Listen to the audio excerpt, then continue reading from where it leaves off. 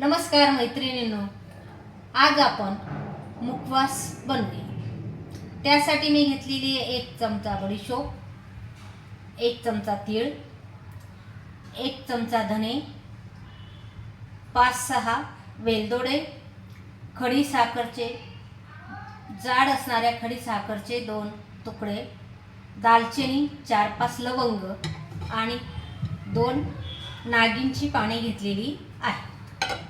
या सर्व साहित्याचं आपण मुखवास बनवणार आहोत. त्यासाठी या साहित्याला आता आपण भाजून घेणार आहोत.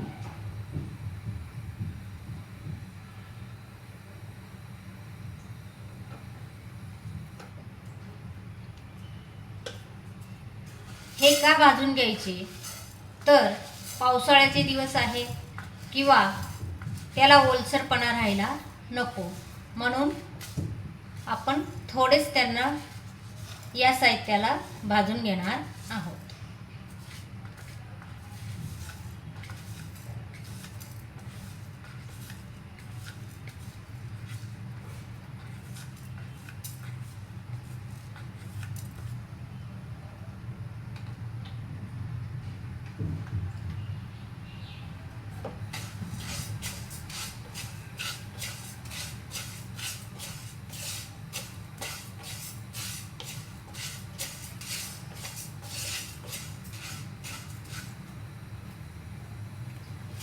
हा मुखवास आपण घरच्या घरी बनवू शकतो.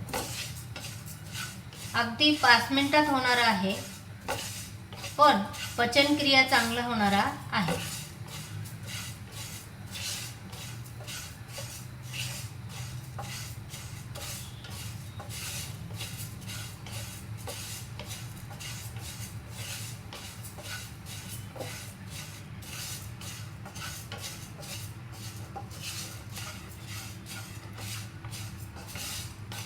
जास्त न भाजता फक्त ओलसरपणा जाण्यासाठी भाजायचं आहे.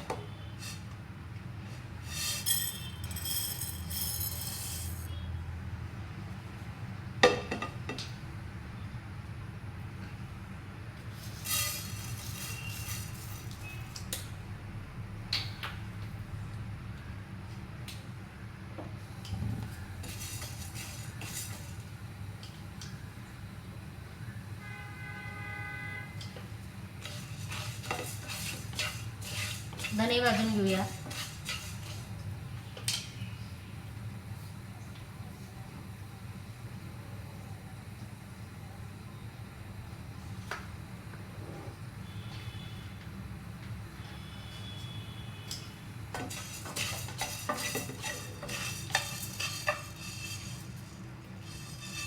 हे सर्व मंद आचेवर भाजायचं आहे.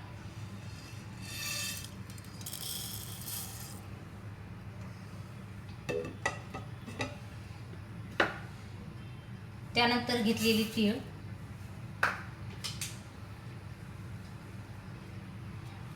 वेलदोडे,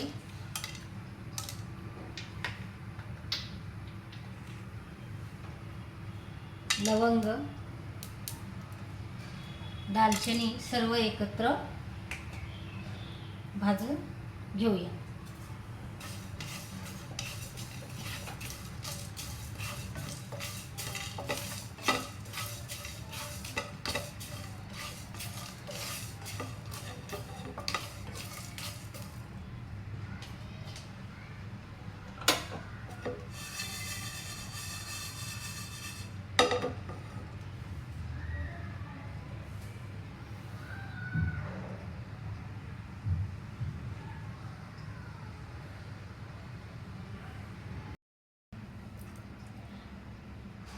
आता भाजलेले बडीशोप, धणे, नागिनची पाने, खडी साखर, वेलदोडे, दालचिनी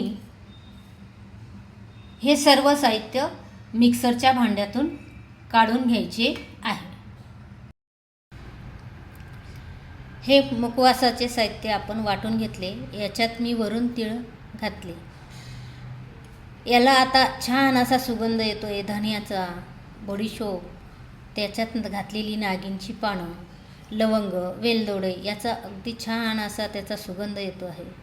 आणि हे चूर्ण पित्तासाठी, उष्णतेसाठी, पचनक्रियेसाठी अगदी उपयुक्त आहे आणि सर्वच हे खाऊ शकतात. वाटून घेतल्यामुळे ते चावायलाही सहज, वयस्कर माणसांनाही खाता येईल. या प्रकारे हे चूर्ण आपण बनवून घेतले.